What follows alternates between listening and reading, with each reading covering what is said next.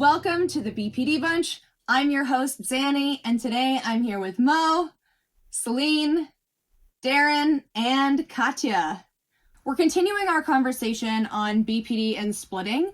So, do your splitting episodes follow a particular pattern or relate to specific cues? Like, are there specific things that people say or do that you know will set you off? And if so, like, what are they? And is there like a predictable pattern to how you react to those things? Mine is definitely criticism or perceived criticism. It's literally that. And I guess it plays into that shame. It's the feeling of shame, I guess. And I go on the defensive rather than just being like, yeah, you're right. That's shit behavior from my part. I just go full into how dare you, I hate you, never speak to me again, which I think is just a maladaptive defense mechanism or a protection mechanism.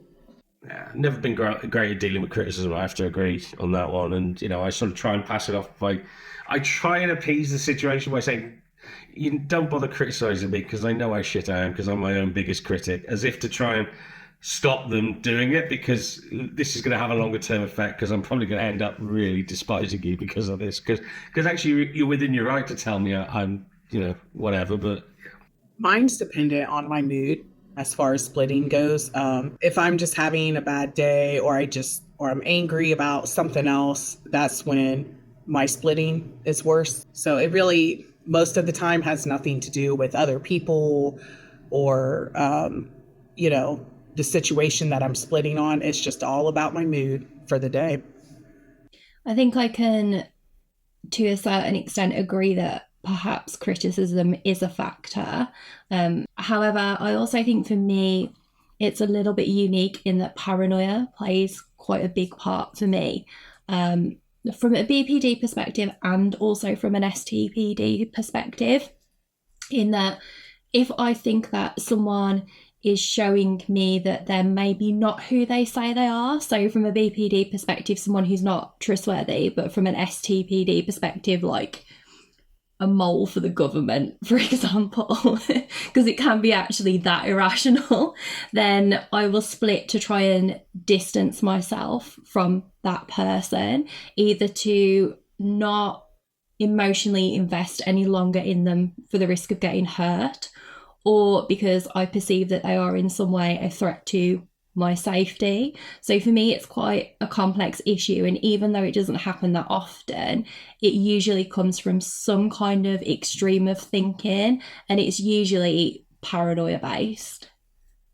Yeah, it's interesting that you mentioned the paranoia, because I wouldn't have thought about it until you said something. But now that you have, it's like I think criticism or perceived criticism, just like you, Celine, I actually, even just last night, had a small moment where my husband said something to me. I knew in the moment that he hadn't actually said this, but it sounded emotionally to me as if he was saying that I was not making good decisions. And actually, it was worse than that in my head. It was like, you're a failure, you're not capable of doing the right thing, you're a bad daughter, da-da-da-da-da.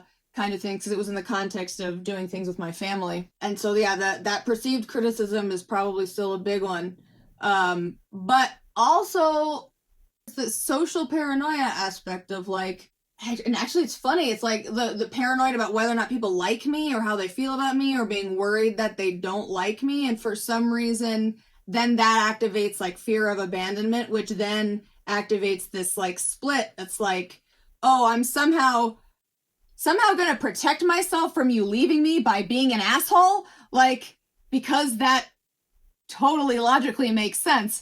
But in the moment, it's like I'm only thinking short term, right? It's like I'm going to protect myself from you not liking me by kind of cutting it off. But then, of course, as soon as that subsides, I'm like, no, they're actually leaving me. Like, I think that's one of the things about BPD that's really fascinating, is that a lot of our behaviors do, in fact, create the scenarios that we are the most afraid of happening.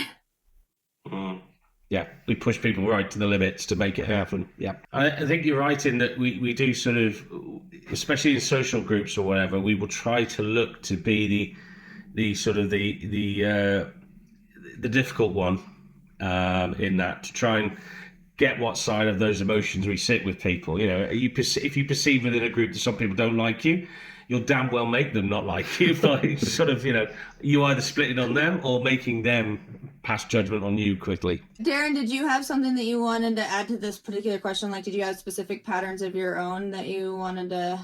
I think just to reiterate on the social side of things, I think that's the big one. Social, and again, there is an element of paranoia to it. You perceive what people might be saying about you, and mostly because it's floating around in your own head, that you think, oh, well, if I'm thinking this, everyone else must be thinking this.